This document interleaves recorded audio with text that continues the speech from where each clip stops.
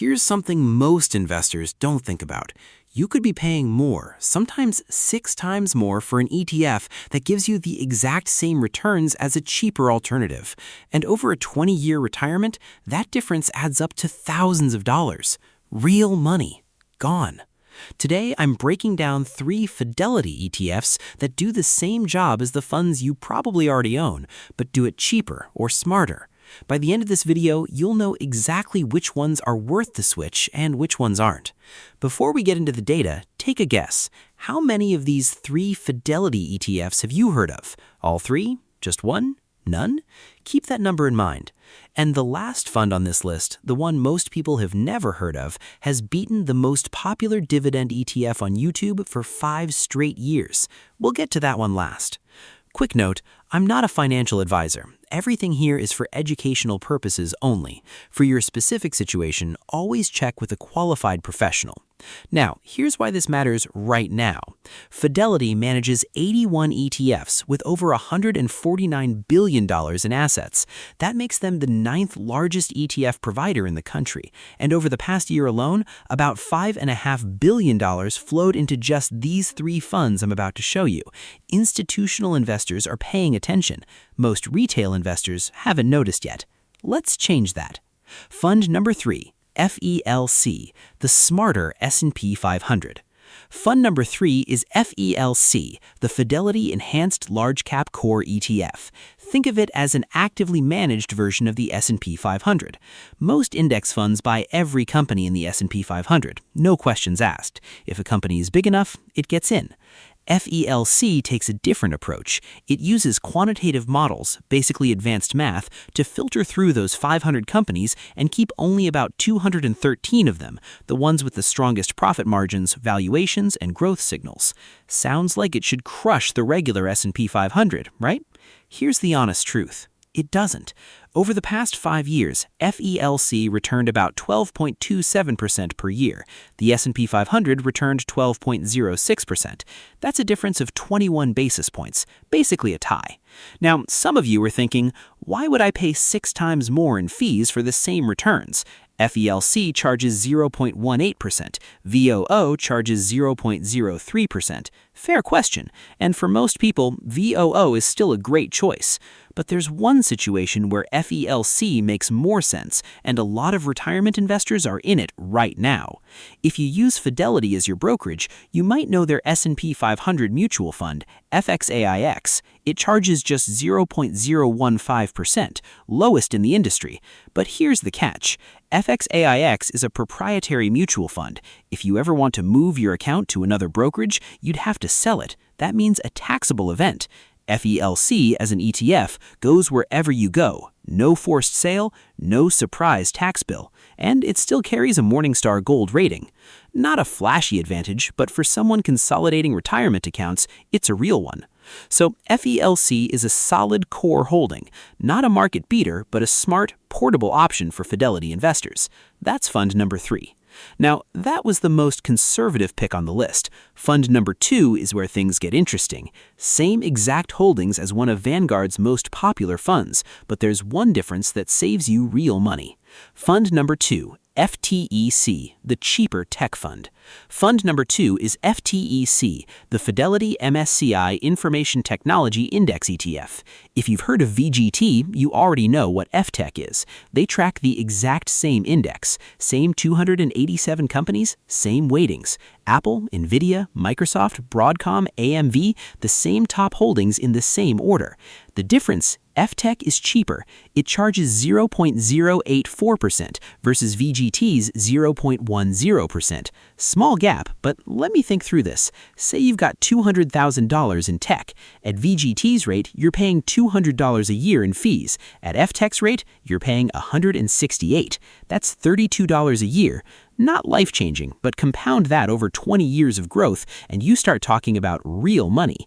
And you got the exact same returns, every penny of it. The share price matters too. FTEC trades around $280. VGT is over $700. If you're buying whole shares with reinvested dividends, FTEC gives you more flexibility and cleaner reinvestment. Now let's talk performance. $10,000 in FETC 10 years ago would be worth roughly $90,000 today. And actually, I've seen other videos on this topic claim $60,000. That number is wrong. The real figure is closer to $90,000 based on FETC's 10-year annualized return of about 24.7% per year. FETC and VGT deliver nearly identical returns over every time period. Morningstar gives FETC a bronze rating and specifically calls out its cost advantage. It sits in the cheapest fee bracket in its entire category. Here's the bottom line. If you want tech exposure and you're deciding between FETC and VGT, FETC does the same job for less money. No complicated argument, just a better deal. Quick question before we move on. Do you currently hold any Fidelity ETFs in your portfolio, or is your lineup all Vanguard and Schwab? Drop it in the comments. I read every single one. So fund number 3 was a tie. Fund number 2 saves you money on fees.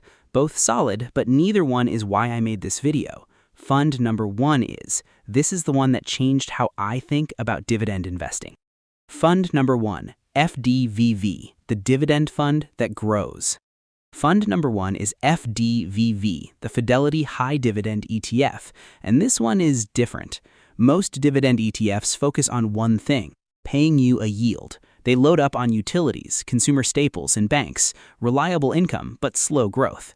FDVV does something unusual. It screens for companies that pay dividends and have strong financial health and real growth potential. So you'll find names like NVIDIA, Apple, and Microsoft alongside classic dividend payers like JP Morgan and Procter & Gamble. The result? Let me show you. Over the past 5 years, FDVV averaged about 14% per year. Compare that to SCHD, the most popular dividend ETF on the internet, which returned about 9% per year over the same period. Let me do the math on that. Say you invested $100,000 5 years ago. In FDVV, you'd have roughly $193,000 today. In SCHD, about $153,000. That's a $40,000 difference on the same starting amount, same time period. Big difference. If you own SCHD right now, and I know a lot of you do, that number probably just hit different. But here's the thing, it's not a simple switch. SCHD still yields more, about 3.3% versus FDVV's 2.8 to 3.4. SCHD also has lower volatility. Its worst drawdown was about 33%. FDVV dropped about 40%, and SCHD charges just 0.06% compared to FDVV's 0.15. So the trade-off is clear. FDVV gives you more growth. SCHD gives you more stability and more income right now.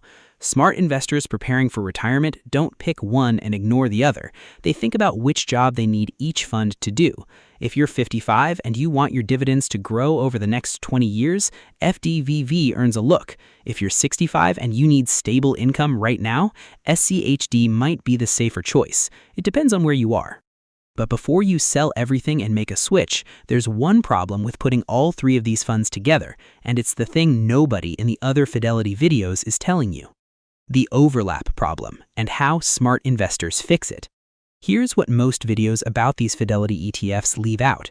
NVIDIA is a top holding in FELC. It's about 16% of FETC, and it's in the top 10 of FDVV. Apple? Same story. All 3 funds. Microsoft? All 3.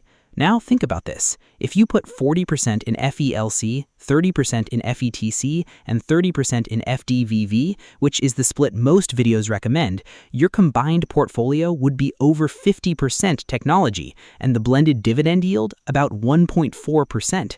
Think about that for a second.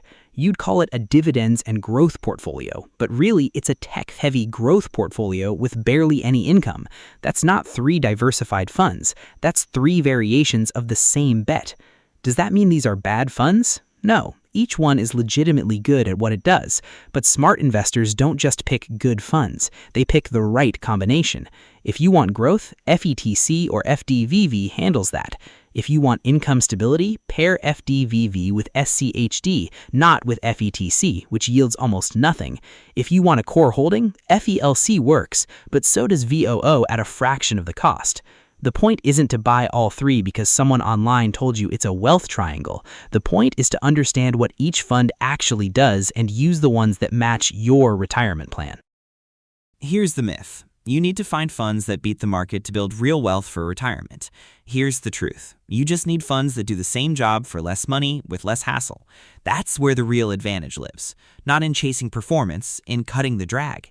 If someone you know has been hearing about these Fidelity ETFs and thinking about going all in, send them this video. This is the part most videos leave out. Same returns, lower cost. That's how you retire smarter. Now, I want to hear from you. After seeing the data, which of these 3 funds impressed you the most? FELC, FTEC, or FDVV? Or are you sticking with what you already own? Tell me in the comments. If you're building income from your investments and you want to stay ahead of changes like this, subscribe to this channel and hit that notification bell so you don't miss what's coming next.